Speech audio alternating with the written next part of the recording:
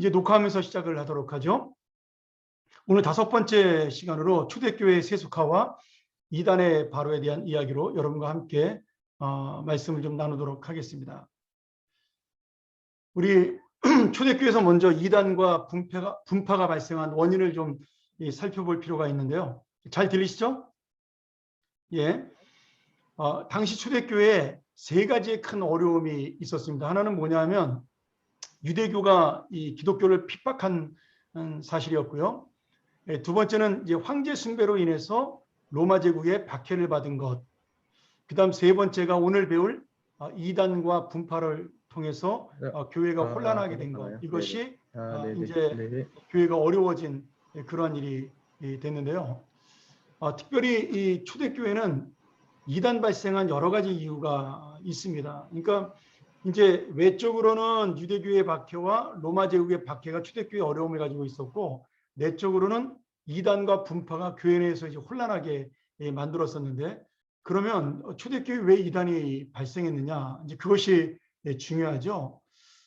먼저는 우리가 바울 서신에 보면 1번 유대주의가 들어왔습니다. 그러니까 율법주의자의 사상들이 교회에 들어와서 할례를 받아야 한다, 아니면 율법을 지켜야 된다, 뭐 이런 식으로 예수의 피로만 구원받는 것은 어렵고 복음에 율법이 혼합돼야 된다, 뭐 이런 이야기들을 통해서 갈라디아서나 이제 여러 가지 에베소서나 우리가 이런 성경을 보면 빌립보서나 교회에 들어온 이단들이 신앙의 혼란을 준 거죠.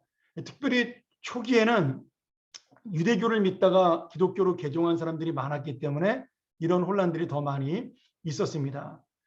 두 번째는 이교도의 사상 철학, 당시의 영지주의라고 불렸던 이교도의 혼합주의 신앙이 성도에게 영향을 준 거죠. 이제 우리나라 같은 경우는 기독교의 가장 큰 악영향을 끼친 신앙이 뭐냐면 샤머니즘입니다. 샤머니즘. 그러니까 무당 종교로 우리가 대변할 수 있는 이 샤머니즘이 꼭 기독교뿐만 아니라 불교에도 들어오게 되고 유교에도 들어와서 혼합이 된, 그것이 우리나라 기독교를 되게 어지럽히고 지금도 이제 그런 것들이 많이 있는 거죠. 뭐 이제 가장 대표적인 게 지성이면 감천이다, 이런 말. 절대로 아닙니다. 지성이면 감천 아니에요. 지극한 정성을 기울이면 하늘이 감동한다. 그렇지 않습니다. 성경대로 하나님 앞에 충성해야 하늘이 감동합니다. 근데 이 샤머니즘은 인간의 열심으로 감동을 줄 수 있다고 생각을 한 거죠. 이제 이런 어떤 우리나라처럼 이 기독교에도 이교도들의 신앙이 들어와서 그런 혼합된 사상이 성도들에게 영향을 준 겁니다. 이제 대표적인 것이 이원론이라는 거죠. 우리의 영과 육을 나누고 뭐 흙과 벽으로, 아니면 뭐 몸을 2개로 나누는 그러한 이원론들이 들어와서 영혼은 깨끗하고 육신은 죄악된 것이다, 뭐 이런 식의 가르침들이 들어온, 철학적인 가르침들이 들어온 것들이 굉장히 어려움을 준 거죠. 3번째로는 신비주의 사상입니다. 신비주의와 이적을 성경보다 따르는 자들의 신앙에 영향을 준 거죠. 성경보다 기적을 더 중요시 여기고 병 낫는 것, 예언하는 것, 뭐 방언하는 것, 이런 어떤 신비주의를 따르는 사람들에 의해서 신앙의 영향을 받았습니다. 그 다음에 헬라 문화의 동방교회와 라틴 문화의 서방교회에 또 신앙적 차이가 있었어요. 언어와 사고방식, 교리의 차이들이 영향을 줬는데, 여러분 동방교회 그러면 뭐가 생각나죠? 우리가 흔히 지금 동방교회를 뭐라고 부르냐면 그리스 정교회라고 부릅니다. 또는 러시아 정교회라고 부르죠. 이제 카톨릭에서 나눠져서 유럽을 중심으로, 서유럽을 중심으로 해서 라틴 문화, 다시 말하면 그 로마 교황청을 중심으로 한 캐톨릭이 발달을 했고요. 그 다음에 나중에 중세시대 때 이 동방교회라 그래가지고 콘스탄티노플을 중심으로 한 동유럽과 러시아 쪽에 그런 교회가 발달을 하게 되었습니다. 그래서 교황이 나중에 나눠져요. 동방교회 교황과 서방교회 교황이. 그런 문화적 차이가 있습니다. 이제 예를 들어서 이런 거죠. 이제 뭐 이런 신학적 차이를 우리가 보기는 어렵고, 동방교회는 어떤 눈에 보이는 것들을 되게 중요시 여겼습니다. 서방교회는 예식을 중요시 여겼어요. 그래서 우리가 러시아 정교회에 가면 목걸이라든지 아니면 뭐 그 마리아상이라든지 이런 것들이 굉장히 많은 거죠. 그 이유가 있습니다. 그것이 우상숭배로 보이기는 하는데 왜 그런 일이 발생을 했냐면 예를 들어 우리가 이제 남미 같은데 전도를 하러 가게 되면 남미에 있는 사람들은 그 지식 수준이 굉장히 낮습니다. 그러니까 성경을 가르쳐도 이해하기가 어려운 거예요. 그러면 어떻게 돼요? 신앙을 그들에게 잘 가르치기 위해서는 성경을 잘 가르치는 것도 중요하지만 그거보다는 눈에 보이는 것에 초점을 둬서 가르치면 훨씬 더 그들이 영향을 많이 받았어요. 신앙의 성장을 했습니다. 그래서 생겨난 게 뭐냐면 마리아상이에요. 그것이 꼭 나쁘다 좋다를 말하기보다는 그 당시의 문화를 이용한 선교적인 방법이죠. 동방교회도 그런 차이가 있는 겁니다. 동방교회는 어떤 예식이라든지 이런 것들을 굉장히 중요시 여긴 거죠. 눈에 보이는 우상이라든지 이제 우상이라고 그러면 안 되고 성상이라고 그러죠. 거기서는 성상이라는 것들을 중요시 여기는데 이 라틴 문화 서방교회는 말씀을 중요시 여기고 그 예전을 중요시 여겼어요. 뭐 이런 차이들이 이제 굉장히 영향을 줘서 그것이 또 교회가 갈라지는 원인이 되기도 했습니다. 너네는 왜 그 우상을 섬기냐? 말씀만 섬기면 되지. 이래서 이제 갈라지게 된 거죠. 그 다음에 이제 분파의 발생이 나는데 이거는 이교의 어떤 유대주의나 이교나 신비주의 사상 이런 거랑 달리 로마 제국의 박해 때 신앙을 지킨 자와 신앙을 버렸다 돌아온 자의 갈등이 교회에서 분리를 하게 된 거예요. 그러니까 신앙을 지킨 사람들이 배교하고 돌아온 사람들이 돌아왔을 때 잘 받아줬어야 되는데 그들을 배척을 한 거죠. 그리고 그 배교자들이 돌아온 것을 받아들이는 교회에 대해서 야 이거는 잘못된 신앙이다. 그래서 그들을 뛰쳐나와서 교회를 새롭게 만들었습니다. 그거를 우리가 이제 노바티안이라든지 아니면 도나투스파라는 이단은 아니고 분파로 발생을 하게 되고 이들이 결국은 기존 교회를 거부하는 바람에 이제 기존 교회를 반대하는 세력이 된 거죠. 그러면서 신학도 또 달라지게 된 겁니다. 우리가 본문에 들어가서 자세히 배우겠지만 우리나라에도 이런 경우가 있었죠. 신사참배 문제로 우리 교단과 지금 그 부산을 중심으로 한 고신 측이 갈라지는 원인이 되었고 흔히 보수주의 신앙을 지켰던 재건파라는 그 교단들이 생겨나게 된 이유가 된 겁니다. 이따가 좀 자세히 이야기하고 다음 페이지로 넘어가겠습니다. 자, 그러면 초대교회에 나타났던 이단과 그 분파들을 좀 우리가 자세하게 살펴볼 필요가 있는데요. 여러분들은 일반 성도니까 뭐 이것을 외우거나 자세하게 배울 필요는 없고 이러이러한 사람들이 있었다라는 것을 아시면 됩니다. 그러니까 지금의 이단과 그때 이단의 차이가 무엇일까? 이제 그것을 우리가 보면 되겠죠. 그러면서 우리는 정말 잘못된 교회로 가는 것은 아닌가? 우리는 정말 하나님의 신앙 고백을 바르게 하고 있는가? 아니면 지금 이단들이 왜 이단인가에 대한 비교를 한번 해볼 수가 있습니다.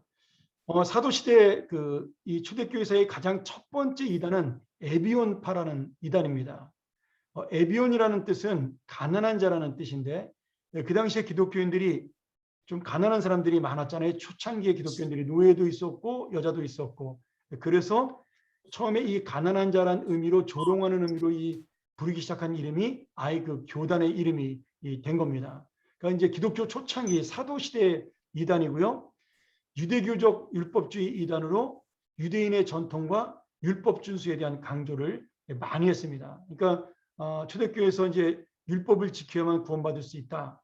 예수를 믿고 율법도 지켜야 된다. 이런 어떤 사고를 가지고 많이 교회를 혼란하게 만들었죠. 그리고 이 사람들은 바울을 부인했어요. 사도 바울이 예수님의 직계 제자가 아니기 때문에 그는 사도가 아니다. 이제 그런 것 때문에 우리가 뭐 고린도전서라든지 갈라디아서라든지 이런 부분에서 이제 이 사도 바울이 내가 사도라는 사실을 분명히 드러내는 그런 이야기들을 많이 하는 것을 볼 수가 있는 거죠. 또 예수님이 동정녀에게 낳다 뭐 이런 이야기들을 거부하는 그런 이단이었습니다.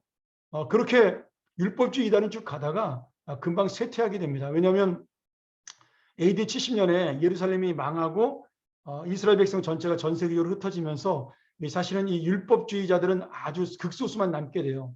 지금의 유대교도들처럼 말이죠. 그러니까 저절로 소멸하는 이단이 되게 되었습니다. 그 다음에 초대교회에 가장 큰 영향을 미쳤던 이단이 영주주의라는 이단입니다. 이제 이 지가 묵음이 돼서 나스틱시즘이라고 이렇게 부르는데, 원래 영주주의는 헬라 철학과 동양 종교, 주로 이란의 그 조로아스터교의 영향을 받았고요. 뭐 아셔도 되고 모르셔도 됩니다. 그 다음에 우리 기독교 이설에 그 유대교의 영향이 다 짬뽕이 된, 쉽게 말하면 혼합 영주주의 종교라고 보면 됩니다. 그러니까 이 영주주의는 이름 자체가 지식이란 뜻이거든요. 이게 헬라어로 그나시스라는 헬라어에서 나온 건데, 그래서 영주주의는 영혼을 아는, 영혼에 대한 이야기를 아는 지식이다. 뭐 이런 뜻으로 이름을 정한 거죠. 이 사람들은 이원론을 주장을 했고요. 영과 물질이 분리된다. 그 다음에 이 세상을 선과 악의 원리로 분리하고, 그 다음에 성경의 창조와 가연설로 예수님의 성육신을 부인합니다. 여러분, 이 세상을 이원론적인 선과 악으로 구분하는 게 얼마나 악한 거냐면, 자, 우리가 동그라미가 하나 있다 그러면 이게 이제 칠판이 없으니까 좀 그렇긴 한데, 우리가 선과 악으로 세상을 구분하면 만약에 이 선이 하나님이고 악이 사탄이면 어떻게 돼요? 하나님과 사탄이 동등한 능력을 가지고 있는 게 되잖아요. 근데 성경은 그렇지 않은 거죠. 하나님 나라는 전체가 하나님의 나라입니다. 전체가 하나님의 나라고, 그 하나님 나라의 일부를 지금 사탄이 공격을 하고 파괴를 한 거예요. 그래서 예수 그리스도가 재림하면 이 하나님 나라가 완전히 회복이 되는 것인데, 이 이원론자들은 이 세상이 하나님 나라와 세상 나라로 나눠져 있다라고 분리를 한 겁니다. 그러면 하나님과 사탄이 동등한 권리를 가지고 있는 거죠. 이런 식으로 세상을 분리를 한 겁니다. 우리가 요한복음을 이제 설교 말씀 듣고 있는데, 이번 주 주일날 제가 빛과 어둠에 대한 이야기를 하면서 빛의 승리를 말씀을 전하려고 그러는데, 이 이원론자들은 헬라 철학의 영향을 받아서, 이제 특별히 플라톤의 이원론의 영향을 받아서 뭐든지 빛과 어둠, 선과 악, 영혼과 육체, 이런 식으로 두 가지로 분류를 하면서 나눴습니다. 그래서 빛은 하나님이고 어둠은 사탄이다. 이런 식으로 분류를 한 거죠. 영혼은 깨끗하고 우리 육신은 악하다. 뭐 이렇게 분리를 하고요. 그래서 예수님도 이 땅에 육신으로 오신 것, 이 육신을 더러운 것이라고 생각을 했기 때문에 예수님이 이 땅에 육신으로 오신 것을 거부하고 예수님은 영혼으로만 오셨다. 이제 그래서 그걸 이제 가현설이라고, 도케티즘이라는 가현설 이단이다. 영주주의 이단 중에 하나로 우리가 보고 있는 거죠. 또 반대로 이 극단적으로 반대되는 이단이 있습니다. 그 이단은 뭐냐면, 예수님이 육신으로 오심으로 예수님의 하나님의 능력과 모든 그 영적인 권위를 다 잃어버리셨다. 이렇게 또 도케티즘의 반대죠. 가연설의 반대로 일어난 그러한 이단도 있습니다. 이 영지주의가 초대교회를 가장 많이 괴롭혔던 그런 이단이고, 이 철학이 교회에 들어오면서 이 교회의 많은 신학적인 사상들을 혼란하게 만들었던 그런 이단이기도 합니다. 자, 이 정도만 아시고요. 자, 세 번째로 말시온주의가 있는데, 이 말시온은 영지주의 이단의 일파인데 굉장히 큰 영향력을 일으켰어요. 왜냐하면 이 말시온이 처음에는 마치 이 박태선처럼, 여러분 그 전도간의 박태선 아시죠? 그 박태선처럼 하나님을 잘 믿고 능력을 행하는 사람이었습니다. 그래서 많은 성도들이 이 말시온이라는 사람을 따랐어요. 그리고 말시온은 교회의 사제로서 굉장히 수많은 성도를 이끄는 교회의 지도자였습니다. 그리고 바울을 추종하는 신실한 바울의 적극적인 추종자였어요. 그러다가 마치 박태선이 그 이적을 행하는 자에서 자기가 교만해져서 하나님이 된 것처럼, 이 말시온도 스스로 자기가 진리라고 생각을 하고 이단이 됩니다. 그런데 이 말시오는 박태선이나 그런 이단들처럼 자신을 하나님이라고 부르지는 않았습니다. 다만 여러 가지 몇 가지의 잘못된 이론을 가지고 있었기 때문에 이단으로 정죄는 받았지만 극단적인 이단은 아니었어요. 그래서 초대교회사의 많은 학자들은 말시온을 이단으로 보고 있지만 재침례파나 아니면은 세대주의 신학을 가진 그런 학자들은 이 말시온을 약간의 다른 사상을 가진 예전에 개혁주의 사상을 가진 그런 신학자로 분류를 합니다. 그러나 정통적인 교회사 학자들은 이 말시온을 영주주의 이단의 한 일종으로 보고 있는 거죠.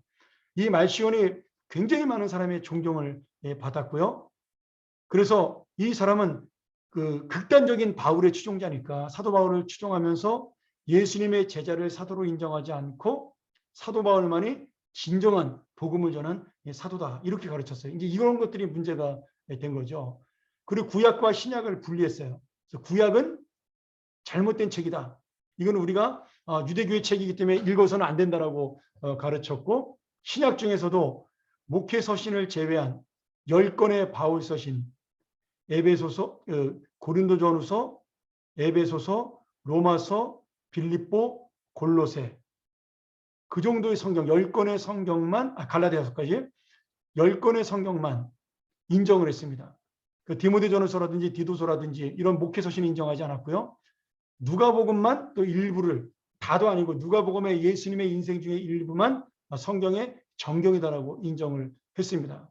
이런 식으로 다른 사람과는 다른 어떤 신학을 가르치고 이론을 가르쳤기 때문에 그 당시 교회에서 이 말시온을 이단이라고 공식적으로 정죄를 했고요.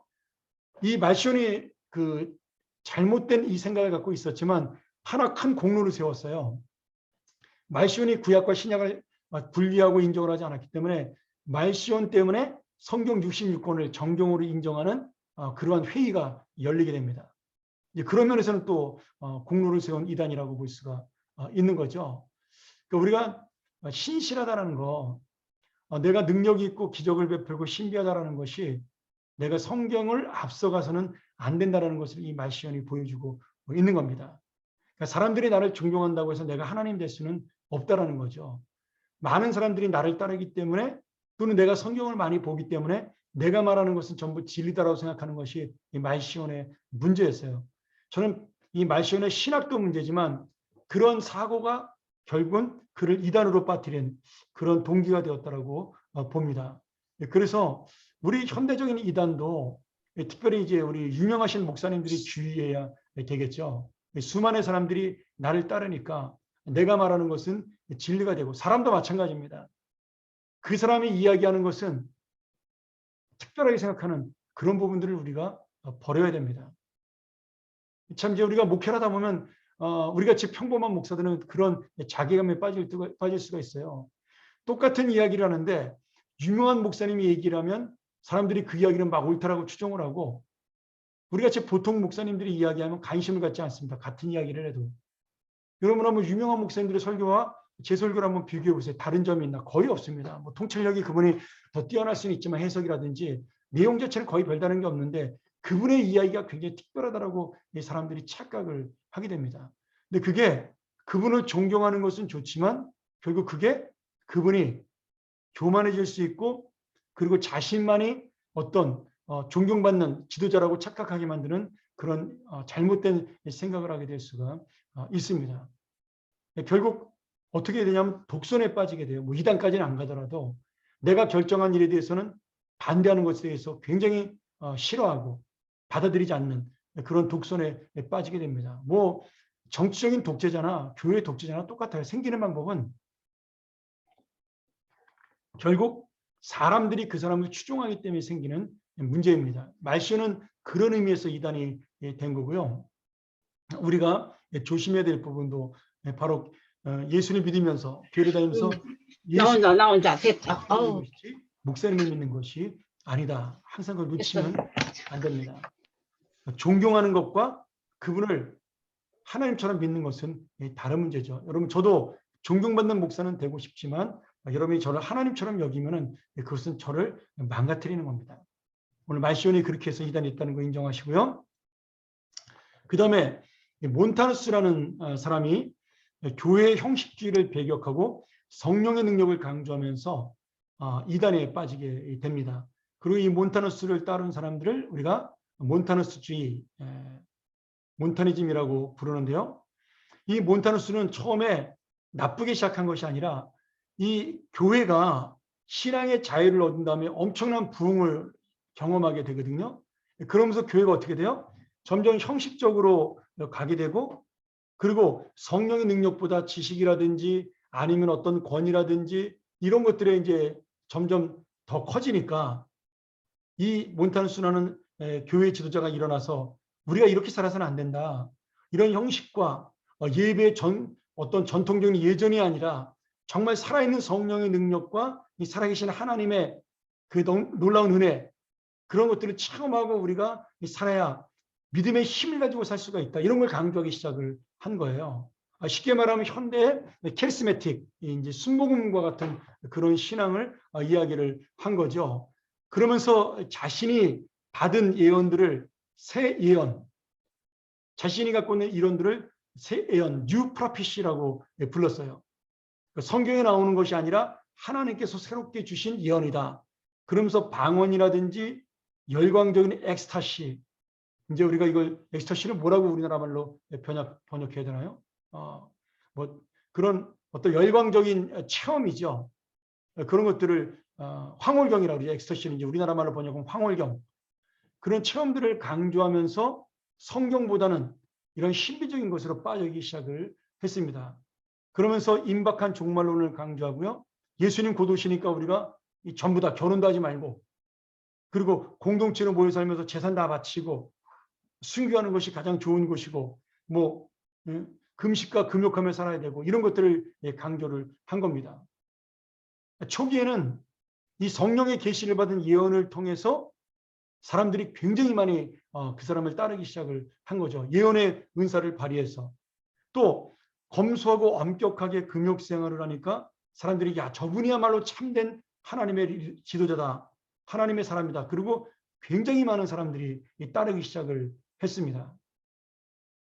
그런데 문제는 뭐냐면 점점 성경보다 이 신비적인 방언과 예언을 더 중요시 여기고 사람들에게 그것이야말로 진짜 하나님의 말씀이라고 가르치기 시작을 한 거예요.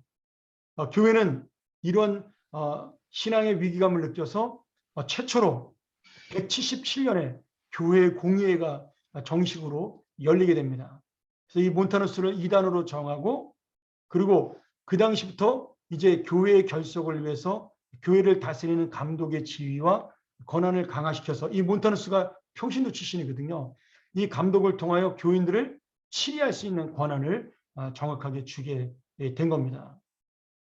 그러니까 지금 이 교회의 조직이 어쩌면 이 몬타누스 때문에 생겨나게 된 감독이라는 정확한 교회 담임 목사라는 어떤 권한들이 이 당시 생겨나게 된 동기가 된 거죠.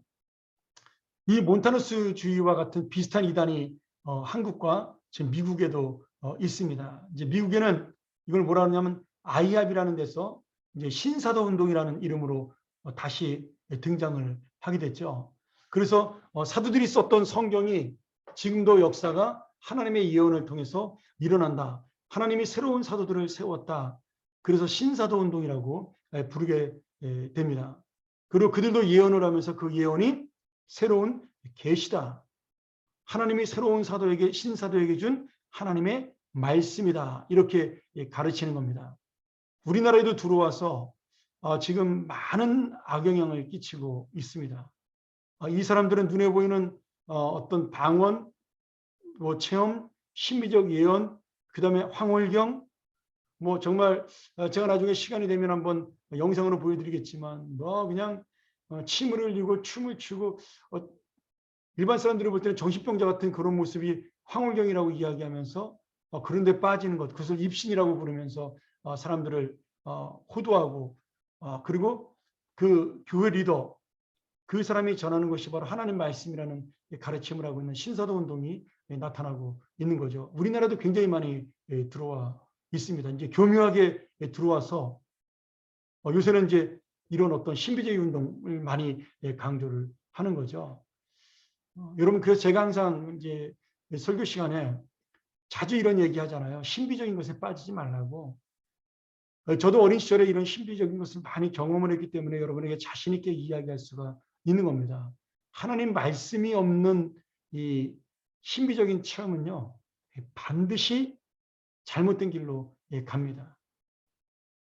은사의 마지막, 그것이 무엇이에요? 사랑입니다. 사랑. 그런데 이들의 은사의 마지막은 사랑이 아니에요. 방언입니다. 예언이에요. 눈에 사람들에게 보여주는 그러한 열광적인 그런 은사를 이 사람들은 큰 은사라고 강조하고 더 큰 은사를 사모하라고 날마다 가르칩니다. 근데 성경에서 가장 큰 은사는 뭐예요? 사랑이잖아요. 그 모든 은사는 성령의 열매를 맺기 위한 우리가 사랑과 희락과 화평과 온유와 절제, 그러한 하나님의 사랑의 9가지 열매를 맺기 위한 그런 도구로 수용되는 것이 이 은사이지 그 이상도 이하도 아닙니다. 예를 들어 방언하는 사람들, 이제 방언을 받지 못한 분들은 방언을 많이 사모합니다. 방언은 뭐예요? 하나님께서 그에게 주신 개인적인 기도의 통로입니다. 그럼 이 방언하는 사람들은 무슨 기도를 많이 해야 되냐면 교회를 위한 기도와 다른 사람을 위한 도구의 기도, 이제 우리가 흔히 중보라고 부르는데 정확한 명칭은 남을 위한 기도를 도구라고 부르죠. 이 방언의 목적은 하나님과의 교통, 두 번째는 다른 사람을 위한 도구의 기도를 하는 것이 이 방언의 목적입니다. 그리고 이 방언을 통해 예언하는 것이 있는데 그 예언은 뭐냐면 성경을 하나님의 말씀 가운데서 하나님의 뜻에 맞게 해석을 하는 거예요. 새로운 예언을 내리는 것이 아닙니다. 그래서 이 방언이라는 것은 결국 다른 사람을 위한 기도가 되지 않으면 이거는 의미가 없는 은사가 되는 겁니다. 자랑하라고 주신 것이 아니라 결국 타인을 위한 중보기도의 도구로 쓰이는 것이 이 방언입니다. 또 하나님과 깊은 교통의 교제를 하는 것이죠. 이것이 무슨 자신을 드러내고 자랑하는 신앙의 어떤 척도로 예전에는 방언 못 받으면 구원이 없다라고 말하는 그렇게 잘못 가르치는 사람도 많았어요. 이런 것들이 얼마나 잘못된 건지 우리가 알아야 한다라는 거죠. 그런 부분에서 이 몬타누스는 지금의 그 어떤 신비주의적인 이단과 굉장히 같은, 그리고 이런 신비주의적인 이단은 지금뿐만 아니라 끊임없이 2000년간 계속해서 교회를 어지럽히는 이단으로 때마다 등장을 합니다. 사람은 약하기 때문에 눈에 보이는 것을 좋아할 수밖에 없습니다. 그렇잖아요. 성경은 내가 읽어야 되고 깨달아야 되고 표신하지 않습니다. 근데 이 방언, 예언 이런 것들은 눈에 표시가 나잖아요. 병 고치는 거, 귀신 쫓겨나는 건 눈에서 막 보이는 그런 능력이 있잖아요. 사람들은 그것을 좋아하게 되고 따르게 되어 있어요. 근데 그 모든 것들이 하는 목적, 마지막 목적은 뭐냐? 하나님의 복음을 전하기 위함입니다. 예수님이 많은 기적을 일으켰지만 예수님의 기적의 마지막 목적은 뭐예요? 요한복음에서 나오잖아요. 그 사람을 구원 얻게 하기 위함이에요. 그것이 바로 복음으로 가는 것이고 복음의 마지막 목적이 영혼 구원입니다. 그러니까 다른 사람의 영혼을 구원하지 않는 신비적인 그런 것들은 전부 자기 자랑에 불과한 잘못된 것이라고 우리가 볼 수가 있는 겁니다. 그러니 여러분, 은사를 받은 사람은 감사하고 겸손하고 그 은사를 가지고 다른 사람을 위해 사용해야 되고, 은사가 없는 사람은 그것 때문에 애달파하지 말고 그리고 안타까워하지 말고 하나님 말씀을 열심히 순종하면 되는 겁니다. 은사 받았다고 해서 더 특별히 신앙이 좋은 것도 아니고 은사를 안 받았다고 해서 내가 하나님의 사랑을 덜 받는 것도 아닙니다. 반대로 생각하면 돼요. 만약 저 사람은 은사를 안 줬으면 하나님을 믿지 않을까 봐, 눈에 보이는 걸 보지 않으면 믿음이 떨어질까 봐 그 믿음이 약하기 때문에 그 은사를 주셨다. 저는 그렇게 생각하는 것이 맞다고 봅니다. 그 은사를 못 받은 사람은 그 은사가 없어도 하나님 있는데 지장이 없기 때문에 하나님이 주시지 않는 거예요. 물론 사모하면 주시지만 저는 억지로 사모할 필요도 없다라고 봐요. 여러분 신앙에 지장이 없으면 얼마든지 은사가 없어도 신앙생활 잘할 수 있고요. 하나님이 원하시는 삶을 살아갈 수가 있습니다. 오늘 이 몬타누스를 보면서 우리가 정말 가장 중요한 것이 무엇이냐? 하나님 말씀이다. 이거 놓치지 않는 그런 귀한 일이 있었으면 좋겠습니다. 자, 그 다음에 이제 그 이론적인 이단, 신학적인 이단을 넘어서 이번에는 분파로 좀 넘어가 보도록 하죠. 이 도나투스주의가 그 당시에 가장 유명한 분파였고요. 이 도나투스라는 사람을 따라간 것인데 비슷하게 노바티안이라는 사람을 따라간 노바티안주의가 있습니다. 이 사람들이 생겨난 이유는 그 우리가 지난주에 배웠죠. 가장 악독한 황제가 누구였어요? 디오클레티안 황제였는데 이 디오클레티안 황제 때 가장 많은 사람들이 예수님을 떠나게 되었습니다. 그래서 배교자가 된 거죠. 그런데 이 디오클레티안이 죽고 난 다음에 이제 종교의 자유가 서서히 오게 됐을 때 이 배교했던 사람들이 회개하고 교회로 돌아오기 시작을 한 겁니다. 그런데 일반 교회에서는 이 배교자를 받아들이자고 결정을 했는데 이 도나투스는 안 된다라고 이야기를 한 거죠. 순수한 믿음을 지키기 위해서 우리가 배교자를 받으면 안 된다. 그래서 그 배교자들을 받아들인 교회를 떠나서 급진적인 분리주의적 교회를 주장을 한 거예요. 그리고 따로 교회를 세운 거죠. 그러면서 수많은 사람들이 그 초기의 순수함과 성결함 때문에 종교적인 인정을 받고 많은 사람들이 이 도나투스를 따르게 됩니다. 그래서 이 도나투스는 사람들에게 유아 세례는 성경에 없는 것이니 조선은 안 된다. 이제 기존 교회 질서를 이제 무너뜨린 거죠. 그리고 우리가 어릴 때 받은 세례는 잘못된 것이니까 재침례를 받아야 된다. 그래서 기존 교회로부터 이단이라고 이제 비난을 받고 교회를 떠나게 됩니다.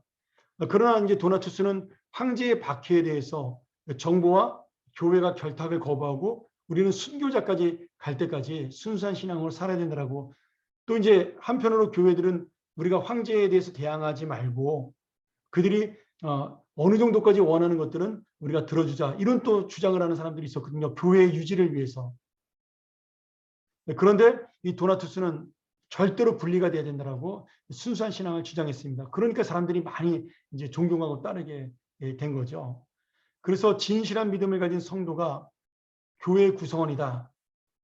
우리가 이 모든 사람이 진실한 성도가 되는 것이 아니라 이러한 하나님의 말씀 앞에서 진실한 믿음을 가진 자가 돼야 된다. 그러면서 성교를 중요시 여기고 자신들을 청교다라고 그렇게 부른 겁니다. 이것이 처음에는 굉장히 좋은 그런 영향을 끼치고 또 어떤 부분에서는 맞는 부분도 많이 있었습니다. 그런데 문제는 우리들만이 옳다라고 주장을 한 거예요. 그 당시에 모든 교회를 거부해버리고 우리가 믿는 신앙만이 진짜다. 저들은 다 황제 숭배했던 가짜고 황제 숭배한 자들을 받아들인 순수하지 못한 자들이다. 저 교회의 구성원들은 순수한 구성원들이 아니다. 이렇게 비난하고 교회를 떠났기 때문에 극단적 분리주의가 되면서 점점 사람들에게 인정을 받지 못하게 됩니다. 이 도나투스와 비슷한 역할을 했던 사람이 노바티안이라는 사람이 또 이런 모습을 보였고요. 우리가 이 모습을 보면서 또 하나 배워야 되는 거죠. 결국 신앙이라는 것은 나만이 옳다라고 말하는 것은 하나님이 좋아하시는 신앙은 아닌 것 같아요. 아무리 내가 진리를 따르고 성결하고 거룩한 삶을 살아도 그렇잖아요. 하나님은 모두가 죄인인데 내가 거짓말한 것도 죄인이고 살인을 한 것도 죄인인데 나는 조그만 거짓말을 했기 때문에 너보다는 거룩하다라고 말하는 것을 하나님께서는 좋아하지 않는다라는 거죠. 그런 부분에서 이 도나투스주의가 나중에 이단이 되고 사람들에게 배척을 받게 됩니다. 나중에 우리가 더 다음 페이지에서 좀 배우겠지만 이런 것들이 우리나라에도 결국은 나중에 신사참배 이후에 교회가 분리되는 그런 영향을 주게 되었고요. 또 그것도 똑같이 도나투스처럼 사람들에게 좀 이렇게 경원시되는 멀리하게 되는 그런 이유가 됩니다. 6번의 아리우스주의, 아폴리나리우스주의, 네스토리우스주의, 펠라기우스 이런 것들은 예수님의 신성 아니면 인성 아니면 삼위일체를 부인했던 아니면 삼위일체를 다르게 해석했던 이단들입니다. 요거는 다음 주에 제가 교회의 성숙을 배우면서 설명하도록 그렇게 하고 넘어가도록 하죠. 자, 그러면 초대교회 이단이 나타나면서 교회가 어지럽혀지고 분열되기도 하고 어려운 일을 많이 겪었지만 그런 나쁜 것만 있지는 않았습니다. 긍정적인 영향도 많이 미쳤는데요. 아까 말한 대로 말시온의 이단이 나타나면서 그가 사도 바울의 10권의 서신과 누가복음의 일부만 인정을 했기 때문에 많은 교회들이 성경 66권을 정경으로 인정하는 그러한 회의를 열게 돼서 우리가 말하는 성경 66권이 성경으로 인정을 받게 되었습니다. 그 전에는 요 66권이 인정받기 전에는 어떤 일이 있었냐면 여기 이제 397년에 카르타고 회의라는 공의회에서 교회 회의에서 인정을 받게 되는데 그전에는 어떻게 됐냐면 어떤 교회는 뭐 신약의 그 마테마가 누가 요한만 인정하고 왜냐하면 그 당시 때 손으로 썼으니까 또 성경 이 66권을 다 가지고 있는 교회가 많지 않았어요. 그래서 어떤 교회는 뭐 열 몇 권의 바울 서신만 어떤 교회는 사복음서만 뭐 이렇게 교회마다 조금씩 중요하게 여겼던 성경들이 전부 다 달랐습니다. 또 구약 같은 경우는 신약의 성도들이 구약의 정경을 인정한 것이 아니라 우리가 이건 마지막 시간에 배우지만 정경을 인정하게 되는 그 몇 가지의 이유가 있습니다. 뭐 사도성이라든지 아니면 당시에 예수님과 함께했던 사람이라든지 교회의 보편성이라든지 이런 정경을 결정하는 원인이 이유가 있는데 이 구약 성경은 또 우리 기독교인들 다시 말하면 예수를 믿는 그리스도인들이 정한 게 아니라 유대교에서 정한 거예요. AD 62년에 그 랍비들이 모여서 얌리아 회의라는 곳에서 회의를 해서 구약 성경 39권이 정경이다. 이렇게 인정을 한 겁니다. 그러니까 이 유대교에서 인정한 구약 39권은 우리가 인정해서는 안 된다라고 말하는 사람들도 있었어요. 그 신구약을 교회들마다 조금씩 다르게 믿은 겁니다. 그것이 말시온 때문에 66권이 정경으로 인정되면서 전 모든 교회들이 이제 성경 66권을 인정하는 그런 역사가 일어나게 된 거죠. 그런 부분에서는 굉장히 큰 또 긍정적인 영향을 끼치게 된 겁니다. 두 번째로 이단들이 삼위일체나 뭐 이원론적인 것이나 아니면 뭐 예수님의 그 인성이나 신성을 부인했기 때문에 신앙고백서 우리가 흔히 아는 전능하사 천지를 만드사 이 사도신경을 제정하게 됩니다. 그래서 우리가 이단을 구별하는 가장 큰 방법이 뭐냐면 사도신경 전체를 인정하느냐 인정하지 않느냐예요. 왜냐하면 사도신경에는 천지를 창조하신 하나님 아버지 그리고 우리 죄를 위해 돌아가신 예수 그리스도 돌아가시고 부활하신 예수 그리스도 또 예수 그리스도 이후에 우리와 함께 하시는 이 교회의 주인 되시는 성령님 여기에 대한 신앙 고백이 분명히 나타나고 있기 때문에 이 신앙 고백을 믿는 자가 이 공적인 고백을 통해 교회의 구성원이 되는 그런 우리가 역사가 일어나게 됩니다. 그리고 이 우리가 웨스트민스터 신앙 고백서로 공부해서 세례를 받게 되지만 실제로 세례의 가장 핵심인 웨스트민스터의 요약본이 뭐냐면 이 사도신경이라고 보시면 되는 거죠. 그러면서 이런 삼위일체에 대한 완전한 신앙 고백이 바로 이단과는 구별이 되는 그러한 공적 고백의 중요성을 일깨우게 됩니다.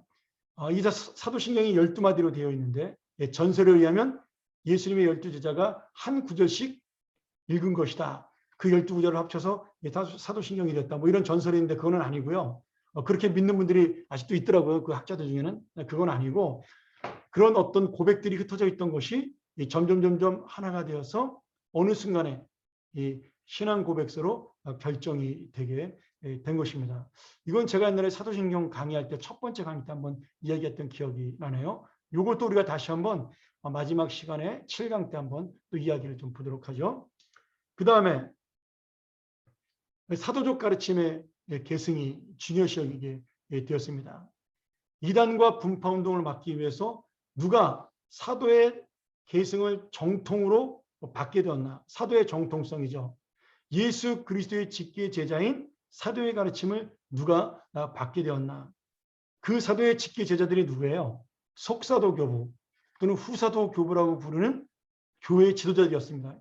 뭐 유명하게는 오리겐이라든지 클레멘트라든지 아니면 이레니우스, ig나디우스, 이런 크리소스톰 뭐 이런 사람들이 이제 속사도 교부가 되어서 그런 신학을, 바른 신학을 가르치게 되었고, 그러면서 이 교회와 이 교회를 다스리고 돌보는 감독의 권위가 강조가 되었습니다. 근데 문제는 이게 너무 지나쳐서 어떻게 됐어요? 교황의 권위로 넘어가게 됐다는 것은 좀 문제가 있는 거죠. 어쨌든 간에 그러나 누군가는 이 권위를 가지고 있어야 교회가 지켜지기 때문에, 그러면서 교회에 감독의 권위가 강조되었고, 그 감독의 권위는 지금 목사에게 치리권으로, 그리고 강도, 말씀을 전하는 설교권으로 넘겨진 것입니다. 자, 그 다음 당시까지는 교회의 권위와 교리에 대한 책들이 많이 없었어요. 그저 구전으로 전해졌고 교회에서 그냥 가르침으로 끝났는데, 이 이단들이 등장하면서 교회의 많은 지도자들과 교사들이 이 교회의 정통적 교리를 수호하기 위해서 책들을 남기게 됩니다. 그 대표적인 책이 유스티니스라는 사람이 쓴 마르키온의 논쟁. 이거 뭐냐면 그 마르키온이라는 이단이 있어요. 양태론을 주장했던 이단인데 다음 주에 배우죠. 이 양태론의 이단에 대해서 논쟁을 한 거예요. 예수님의 그 삼위일체론에 대해서. 그 다음에 모든 이교도들, 다시 말하면 그 이교도 신앙을 가지고 기독교와 비슷하다고 말한, 구별하지 않고 기독교를 믿었던 사람들에게 보내는 글, 뭐 이런 것들, 우리는 다른 것이다라는 분명한 구별을 보여주고 있죠. 그 다음에 속사도 교부 중에 유명한 이레네우스라는 우리 그 감독이 쓴 이교들에 대한 논박, 그리고 히폴리투스라는 그 감독이 쓴 이교들에게 보내는 글, 이런 교리적인 책들이 많이 나오면서 교인들을 교육할 수 있는 그러한 내용들이 교회에 남게 된 거죠. 자, 그러면서 이단이 완전히 그렇게 사라진 것이 아니라 이 이단들은 계속해서 초대교회에 다른 모습으로 나타나게 됩니다. 방법이 다르고 모양이 달랐지 끊임없이 지금까지 나타나고 있는 거죠. 이름만 달라지는 거죠. 지금은 신천지라는 이름으로, 하나님의 교회라는 이름으로, 또는 통일교라는 이름으로 이렇게 삼위일체를 부인하고 기존의 교회 제도를 공격하고 거부하고 성도의 삶에 대한 공격을 통해서 오늘날 한국교회 또는 세계교회에 위협을 가하고 있습니다.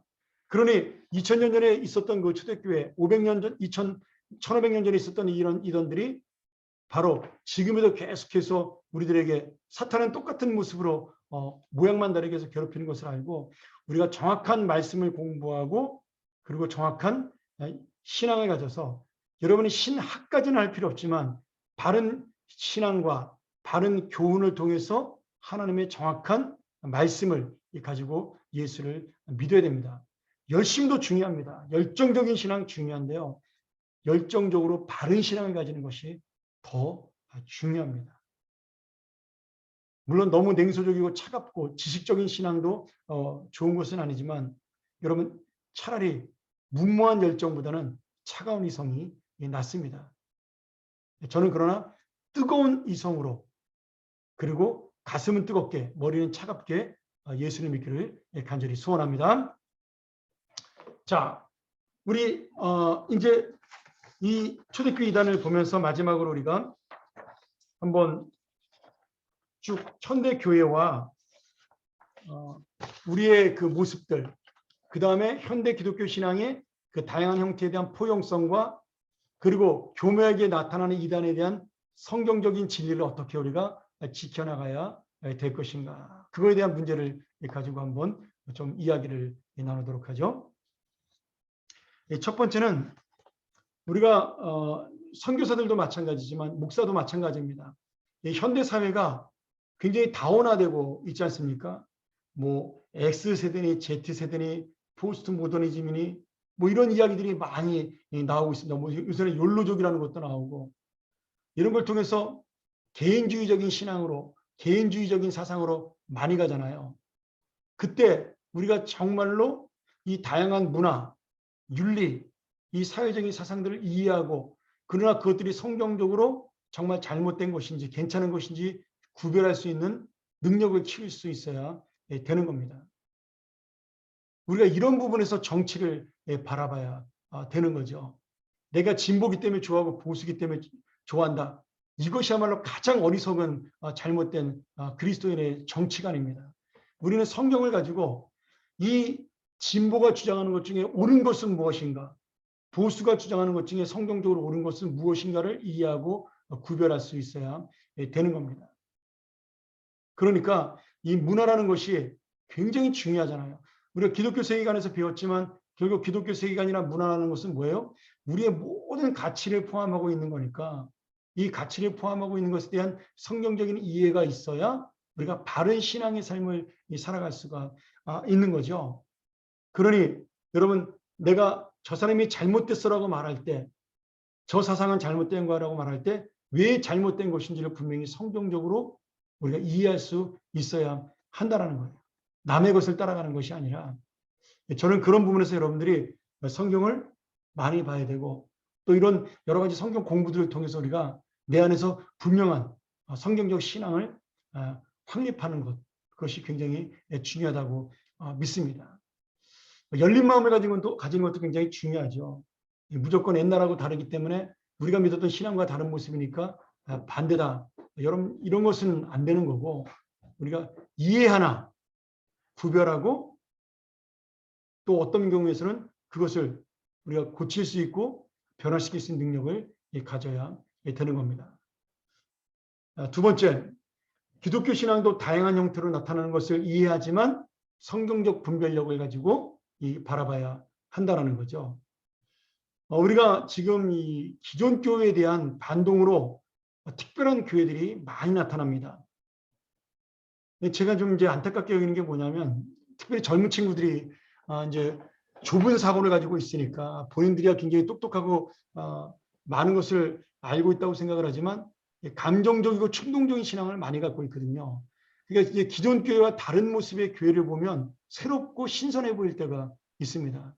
이제 그러면서 등장하는 것들이 뭐냐면, 요새 잘못된 건 아니지만 젊은이들만 모이는 교회들이 생겨나요. 그 다음에 카페 교회라든지, 제 친구가 이제 만들긴 했지만 카페 교회라든지 이런 어떤 특별한 교회들이 나는 교회 건물에 돈 들이는 것보다는 전도와 선교에 신경을 쓰겠다. 그러면서 어떤 원칙과 원리는 좋죠. 그러나 현실에 맞지 않는 그런 것들을 바라보면서 그런 교회들을 무조건적으로 비판하지 않고 따라가는 그러한 것들이 있습니다. 그러니까 이제는 목회를 특별하게 해야만 교회가 부흥하는, 인정을 받는 그런 시대로 가는 거예요. 근데 이게 잘못된 겁니다, 사실은. 여러분, 교회는 가정과 같습니다. 가정은 어떤 게 가정이에요? 할아버지, 할머니, 아버지, 어머니, 자녀 함께 모여 사는 게 가정이에요. 그러니까 교회라는 것은 어린아이서부터 어린애까지 같이 있어야 바른 교회의 모습을 볼 수가 있는 겁니다. 특별하게 그 세대만 모인 교회, 그거는 교회라기보다는 어떤 서클이라고 봐야 되겠죠. 동아리라고 봐야 되는 게 더 정확하지 않겠습니까? 사실은 그러면 재밌어요. 우리끼리 모이니까 재밌고, 우리끼리 모이니까 뭔가 결정도 빠르고. 그런데 절대로 장기적으로 볼 때 그 교회는 오래가지 못합니다. 왜요? 결국은 나이 먹어가잖아요. 20대가 10년 지나도 20대입니까? 또 30대가 되고 40대가 되고 50대가 되는 거죠. 그러면 똑같은 기존 교회로 가는 건데 그거를 지금만 생각을 하는 거예요. 또 그리고 예를 들어 건물이 없어도 교회가 가능하다. 맞을 수도 있고 틀릴 수도 있습니다. 그런 교회들이 처음에 많이 성장을 했죠. 건물 없이 하는 교회들. 근데 그 교회들이 결국 건물을 사더라고요. 제가 말 안 해도 유명한 교회들 많이 있잖아요. 건물 없는 교회가 어디 있어요? 예배당은 빌려 쓰는지 모르지만 교육관 다 짓잖아요. 그건 건물 아닌가요? 그러니까 결국은 내가 말하는 것이 마치 가장 올바른 성경적인 진리라고 말하는데 사람들이 현혹되는 거예요. 참 목사가 이런 데서 고민이 있는 거죠. 강단에 올라가서 내가 성경을 많이 보고 기도를 많이 한다고 얘기해야 진짜 경건한 목사처럼 인정을 받아요. 겸손하게 제가 설교도 잘 못하고 저는 뛰어나지 못해 이런 얘기하면 교인들은 진짜로 우리 목사님을 바보로 알아. 그게 겸손이라고 인정하지 않아요. 그러니까 어떻게 보면 교만한 사람이 목회를 더 잘하고 교만한 사람이 인정을 더 많이 받는다라는 거죠. 제가 이 말을 하는 이유는 특별함이 옳은 것은 아니라는 거예요. 그래서 우리가 보편적 교회라는 게 굉장히 중요합니다. 저는 우리 교회가 그런 부분에서 좋은 모델이 되는 교회라고 봐요. 어른서부터 아이들까지 함께 가는 교회. 그러나 그것이 분리되거나 충돌하지 아니하고 함께 어울려서 가는 그런 일곱 색깔 무지개처럼 이 교회가 섞였는데 더 예뻐지는 교회. 그런 교회가 저는 굉장히 중요하다고 생각이 듭니다. 그러니까 우리가 그런 부분들을 가지고 있어야 되고요. 또 하나는 세 번째로 기독교 역사에 보면 정통과 이단은 성경의 해석이 아니라 문화적 차이로 일어나는 경우도 많습니다. 또 교권 다툼에서 비롯되는 것도 있어요. 예를 들어 종교개혁 시대 성경 번역을 금지한 이유가 뭐예요? 자기들만이 라틴 벌게이트, 그게 다음 주에 배우겠는데 제롬이 만든 라틴 벌게이트라는 라틴어로 된 성경만 읽기 위해서 사제들만이 갖고 있는 특권이라고 생각을 한 거예요. 일반 성도들은 무식하니까 성경을 읽으면 안 된다. 성경을 잘못 해석할 수 있고 잘못 받아들일 수 있다. 이러한 논리들이 자기들만의 어떤 그 철학이 돼서 성경 번역을 금지하고 성경 번역을 했던 사람들을 감옥에 가두고 죽인 겁니다. 우리 더 북이라는 뮤지컬 통해서 봤잖아요. 여러분 이 성경 번역을 하다 죽은 사람들이 얼마나 많은지 모릅니다. 그들의 순교로 말미암아 지금 우리가 우리말 성경을 가지게 된 겁니다. 또 교회가 갈라지는 이유도 마찬가지예요. 이 4번에 분파주의는 나만이 순결하다고 생각하는 생각이 결국 분열로 가게 된 겁니다. 우리 한국교회가 대표적인 문제가 뭐예요? 신사참배 문제로 해방된 다음에 장로교가 원래 하나였어요. 그런데 신사참배를 했던 사람들이 와서 교권을 장악한 거예요. 근데 이 감옥에 갔다 온 사람들이 보니까 고생하고 돌아온 사람들이 보니까 밖에서 고생 하나도 안 했던 사람들이 장악을 해가지고 자기들 마음대로 교회를 좌지우지하니까 그들을 비난하기 시작을 한 겁니다. 그랬더니 신사참배를 했던 사람들은 또 뭐라고 변명을 한 거예요. 야, 너네들은 감옥에 가서 고생을 했지만 우리는 이 교회를 지키기 위해서 바깥에서 고생을 한 것이다. 그러면서 충돌이 일어난 겁니다. 그래서 갈라진 게 뭐예요? 우리 장로교 합동통합과 고신이에요. 지금도 고신 쪽은요, 그런 부분에서 굉장히 자부심을 갖고 있어요. 우리는 신사참배하지 않은 교단이다. 근데 거기서도 더더욱 이 고신과 우리가 합치는 것에 대해서 반대한 사람들이 나가서 만든 게 뭐냐면 재건파라는 교회예요. 근데 그 재건파는 지금 뭐 거의 찾아보기 어려운 교회가 되지 않았습니까? 고신도 결국 우리가 훨씬 더 순결하다 그리고 거룩하다라고 나갔지만 고신도 지금 우리 합동 측이나 통합 측에 비하면 교세가 지금 거의 한 50분의 1밖에 되지 않잖아요. 그러니까 내가 옳다라고 말하는 것이 하나님께서 원하시는 것은 아니라는 생각이 들어요. 저는 지금도 최소한 이제 우리 합동하고 통합, 총신대학과 장로교 신학대학으로 분리되는 합동과 통합은 합쳐질 수 없다고 봐요. 신학이 달라요, 이제. 그들은 WCC에 가입을 하고 우리는 반대하고 나오면서 그들은 에큐메니칼 운동을 중요시 여기면서 칼바르트의 현대신학으로 신정통주의 신학으로 가게 되었습니다. 이제는 우리랑 신학이 내 달라서 얼굴 왜 최소한 지워졌어? 우리랑 통합이랑은 합치기가 어렵지만 우리랑 같은 신앙을 가지고 있는 고신 쪽 그리고 합신 쪽은 저는 지금도 합치는 것이 맞다라고 생각을 합니다. 분리될 이유가 없어요. 신학도 같고 신앙도 같아요. 그럼 왜 지금 분리되어 있느냐? 지금 교단에 있는 리더들이 그 기득권을 놓치지 않으려고 그러는 거죠. 학교도 마찬가지고요. 근데 우리가 한번 모델을 보였잖아요. 우리 총신과 개혁신학교가 합쳤어요. 분리됐다가. 그리고 지금 여러 가지 뭐 어려움은 있었지만 지금 그 개혁과 우리가 하나가 되었고 그리고 그 개혁 측 출신의 목사님인 소강석 목사님이 올해 우리 지금 교단의 총회장이 되지 않았습니까? 분명히 우리는 한쪽에 양보하거나 누군가 희생하면 다시 합칠 수 있는 그러한 모양을 갖고 있다는 거죠. 그래서 저는 그런 생각을 해요. 특별히 우리 교회는요. 이 합동과 통합이 갈라질 때 에큐메니칼 가입의 문제로 합동과 통합이 갈라질 때 그때 통합 측의 주도적인 리더가 누구였냐면 한경직 목사님이었습니다. 그들이 연동교회에 모여서 총회를 따로 했기 때문에 연동파라고 부르고요. 그리고 우리 합동 측의 그때 최고의 리더가 누구였냐면 우리 교회를 세우신 김윤찬 목사님이었어요. 그래서 그때 승동교회에서 이제 총회를 했기 때문에 승동파라 그래요. 그래서 승동파와 연동파가 갈라진 거죠. 이 WC 에큐메니칼 그 문제로. 그래서 이 연동파는 이 통합측이 되었고 WCC를 찬성하면서 우리 합동 측은 WCC를 반대하면서 승동파의 이름에서 합동이라는 이름으로 분리돼서 나온 겁니다. 그런데 그 이면을 들여다보면 그 신학의 문제만 있는 것이 아니라 교권의 문제도 같이 가지고 있습니다. 뭐 제가 자세한 얘기는 할 수가 없지만 뭐 시간상의 문제로도 또 여러분들이 들어서 뭐 좋은 얘기가 아니기 때문에 여기에는 인간의 욕심도 많이 곁들여져 있다라는 거예요.